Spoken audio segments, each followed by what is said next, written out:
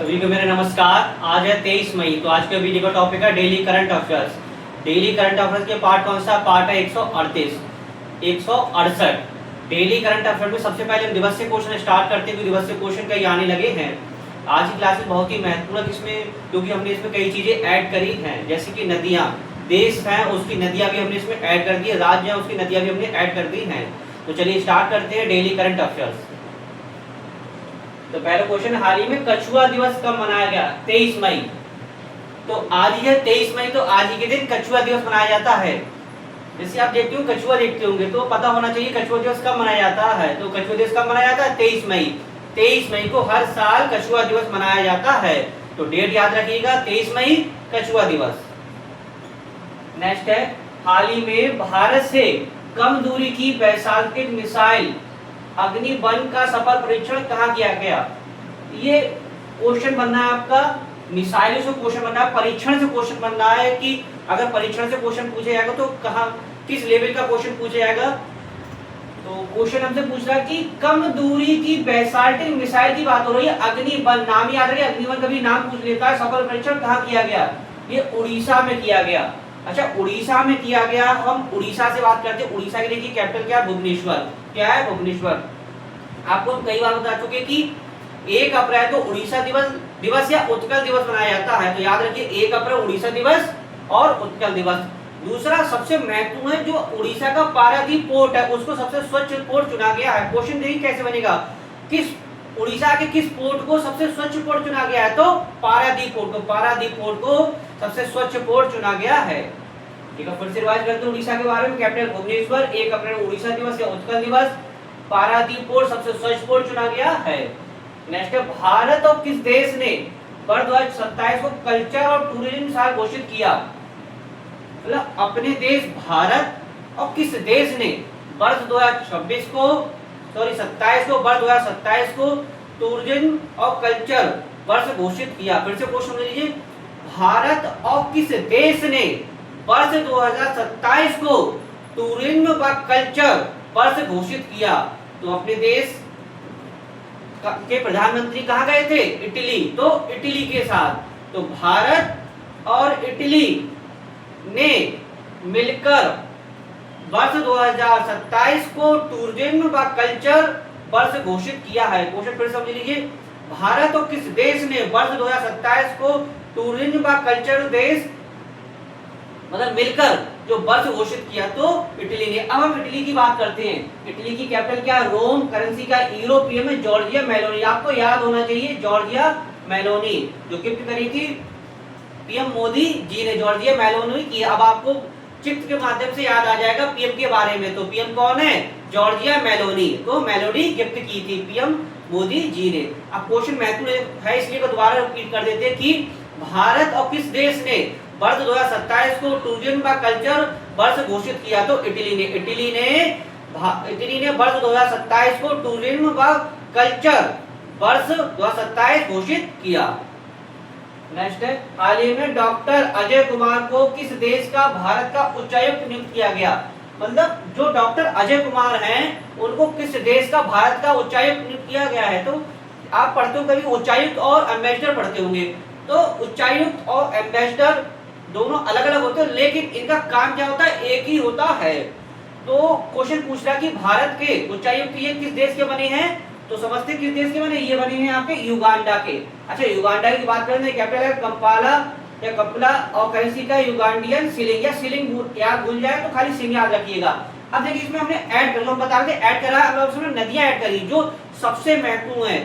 जो विश्व की सबसे लंबी नदी कौन सी? नील नदी। तो नील नदी कहाँ है? ये यहीं पर है। कहाँ? युगांडा। क्वेश्चन बन जाए कि नील नदी किस देश में है? तो किस देश में प्रवाहित होती है? तो युगांडा में। अच्छा, नील नदी का उद्गम स्थल पूछ लेता। उद्गम स्थल कहाँ है? विक्टोरिया झील। अब देखिए कैसे क्वेश्चन बनेगा, दुनिया की सबसे लंबी नदी या बड़ी नदी कह सकते कौन सी?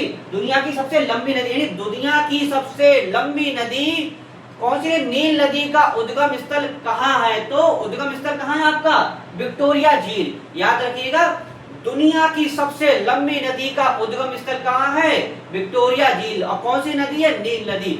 नील नदी दुनिया की सबसे लंबी नदी है जिसका उद्गम स्थल विक्टोरिया झील है। तो कहाँ के देश में है ये कहाँ है? युगांडा में। कहाँ है?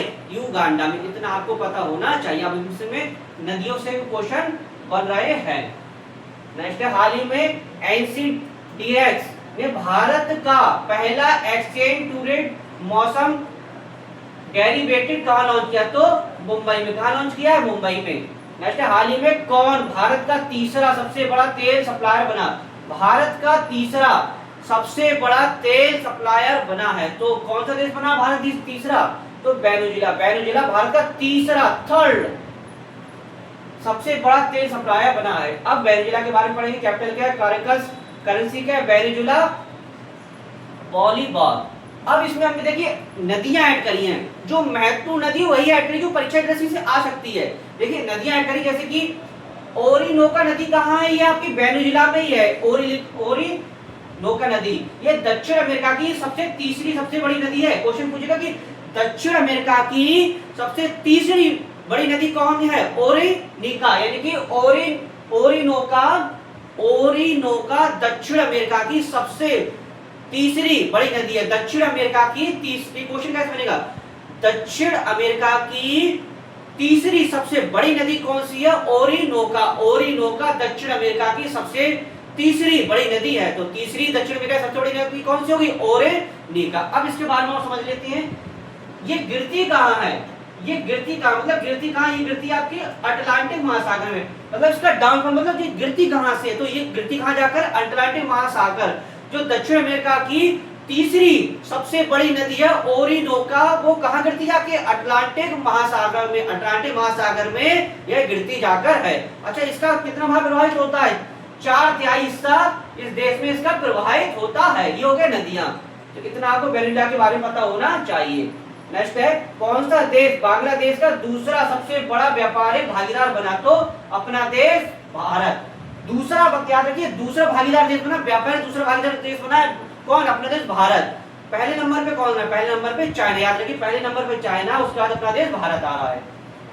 अब इसमें देखिए बांग्लादेश में नदियां हमने पढ़ी है, लगभग 700 नदियां। ये महत्वपूर्ण है, लगभग 700 नदियां हैं। कहाँ? लगभग मतलब 700 नदियां हैं। कहाँ? बांग्लादेश पे। इसे नदियों का देश भी कहती है। क्वेश्चन ये कैसे बनेगा कि किस देश को नदियों का देश कहते हैं? तो किस देश को नदियों का देश कहते हैं? बांग्लादेश को। इसमें लगभग कितनी नदियां? 700 नदियां हैं। कितनी नदियां? 700 नदियां हैं। जहां पर जैसे पद्मा हो गई, मेघना हो गई, ये सब नदियां कहां प्रवाहित होती हैं? बांग्लादेश में। अब हम इसके बारे में समझते हैं। तो लगभग 700 नदियां, नदियों का देश कहते हैं। प्रमुख नदी पद्मा जिसे गंगा के नाम से जानते हैं, जमुना जिसे ब्रह्मपुत्र के नाम से जानते हैं, और मेघना, ये हो गई इसकी नदियां। इतना आपको बांग्लादेश के बारे में पता होना चाहिए। नेक्स्ट, हाल ही में किस राज्य सरकार श्रम मित्र ऐप लॉन्च किया? तो हरियाणा सरकार ने। क्वेश्चन ये कैसे बनेगा? किस राज्य सरकार ने श्रम मित्र ऐप लॉन्च किया? तो हरियाणा सरकार ने। आप देखते होंगे जैसे कि बेसिकली कई शहरों में क्या होता है, जगह जगह पे जो मजदूर होते हैं वो इकट्ठे हो जाते हैं, और वहां पे जैसे कि किसी को अगर मजदूर की आवश्यकता होती है, कोई मकान की या श्रम की आवश्यकता होती है, तो वहां से जाकर व्यक्ति ले आते हैं और काम पर अपने उनसे कराते हैं काम। अब क्या होगा? तो हरियाणा सरकार में क्या हुआ है, हरियाणा सरकार ने एक मित्र ऐप लॉन्च किया है। तो इसमें क्या होगा? इसमें व्यक्ति उसमें जाकर श्रम को मतलब अपना एक प्रकार से उसका डाटा होगा, आवेदन होगा उसका, तो उसमें क्या चीज उसके माध्यम से उसको व्यक्ति मिल जाएंगे, इनकी मजदूर मिल जाएंगे। तो कौन सा ऐप लॉन्च किया? ये महत्वपूर्ण। तो श्रम मित्र ऐप लॉन्च। तो श्रम मित्र ऐप लॉन्च, क्वेश्चन ये कैसे बनेगा? किस राज्य सरकार ने श्रम मित्र ऐप लॉन्च किया? तो हरियाणा सरकार ने। हरियाणा सरकार ने श्रम मित्र ऐप लॉन्च किया है। क्वेश्चन फिर से समझ लीजिए कि हरियाणा सरकार ने मित्र ऐप लॉन्च किया है। कौन सा ऐप है? ये ऐप है आपका श्रम मित्र ऐप। श्रम मित्र ऐप हरियाणा सरकार ने लॉन्च किया है। तो याद रखिएगा, श्रम मित्र ऐप का संबंध भारत के किस राज्य से है? हरियाणा सरकार से। जो किसके लिए है? बेसिकली मजदूर वर्ग के लिए है। तो श्रम मित्र ऐप लॉन्च हरियाणा सरकार। अब हरियाणा की बात करते हैं, कैपिटल चंडीगढ़। अब चंडीगढ़ जैसी माइंड में आया तो चंडीगढ़ भारत का पहला झुग्गी मुक्त शहर बना, यानी चंडीगढ़ भारत का पहला झुग्गी मुक्त शहर बना है। सीएम है Nayab Singh Saini, governor professor Abhishek Kumar Ghosh, Lok Sabha seat 10, Rajya Sabha 5, विधानसभा की 90। इतना आपको हरियाणा के बारे में पता होना चाहिए। नेक्स्ट, हाल ही में किसे राष्ट्रमंडल संघ का अध्यक्ष नियुक्त किया गया? तो भरत सिंह को। क्वेश्चन महत्वपूर्ण है, किसे राष्ट्रमंडल संघ का अध्यक्ष नियुक्त किया गया?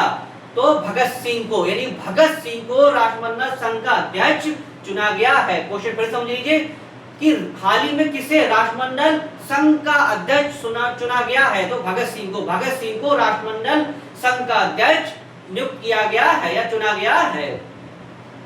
तो भरत सिंह हो गए आपके, कौन हो गए? भरत सिंह। हाल ही में यूएस ओपन गोल्फ टूर्नामेंट के लिए क्वालिफाई करने वाले पहले भारतीय हैं ये। और अमेरिकी गोल्फ कौन बने? तो मानव साहब। कौन बने? मानव साहब। तो डेली करंट अफेयर्स के आपके क्वेश्चन हो गए।